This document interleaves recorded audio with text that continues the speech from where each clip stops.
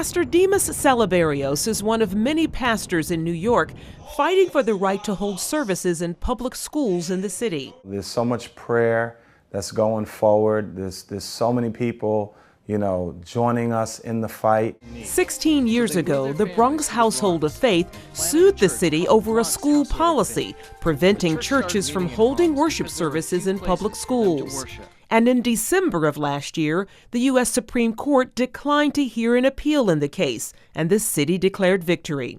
The result, in February, the city's education department evicted more than 60 congregations.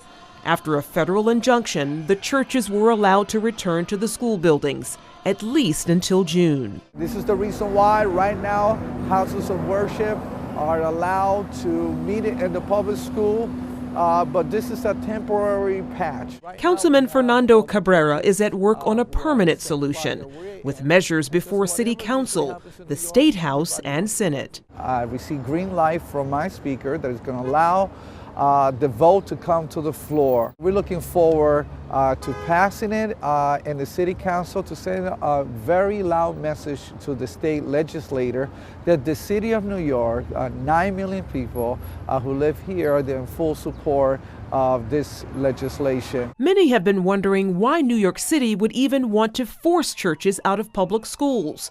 Pastor Demas says homosexual activists are behind the push. It was quite evident that the LGBT community stood up and said, you guys are preaching against the church, and you guys are preaching a doctrine that's against, gay marriage, and that's why we're coming against you guys to, we don't want you to have churches in schools. We're coming against you. Churches that hold services in public schools and in community centers just like this one all across New York City say the ministry they offer is changing lives, and they are prepared to continue the fight. We closed down the gangs in that area.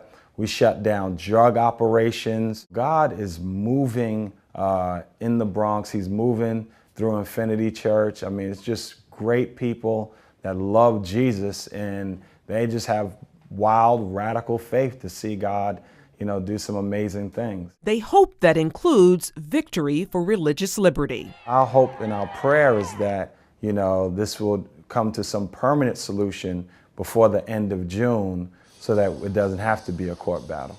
Charlene Israel, CBN News.